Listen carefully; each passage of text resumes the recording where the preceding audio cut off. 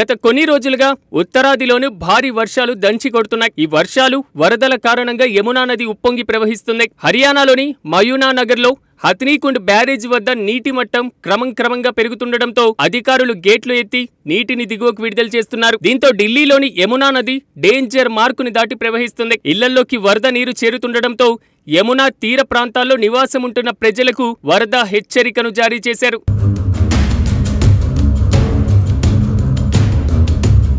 యమునా నది 205.33 మీటర్ల danger mark దాటడంతో దేశ రాజధానిలో భారీ వరదలు పోటెత్తే అవకాశం ఉందని ఢిల్లీ సర్కార్ వెల్లడించింది. లోతట్టు ప్రాంతాల ప్రజలు వెంటనే ఖాళీ చేసి ప్రభుత్వం ఏర్పాటు చేసిన సహాయక శిబిరాలకు చేరుకోవాలని సూచించింది.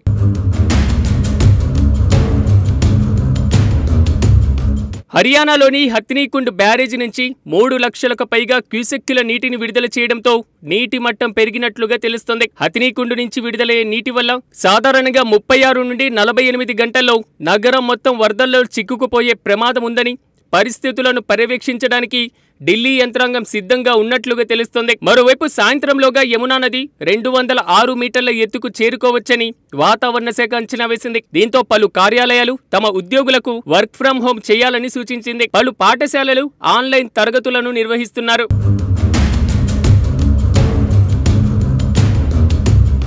భారీ వర్షాలకు వరద నీరు పోటెత్తడంతో ఢిల్లీ రోడ్లు జలమయమయ్యాయి. ఢిల్లీ జైపూర్ హైవేపై 7 నుంచి 8 కిలోమీటర్ల మేర ట్రాఫిక్ జామ్ అయింది. దాదాపు 3 గంటలకు పైగా ప్రయాణికులు ట్రాఫిక్ లో చిక్కుకొని తీవ్ర ఇబ్బందులు పడ్డారు. దీనికి సంబంధించిన దృశ్యాలు సోషల్ మీడియాలో వైరల్ గా మారడంతో ప్రతిపక్షాలు ఢిల్లీ సర్కారు పైన ఫైర్ అవుతున్నారు.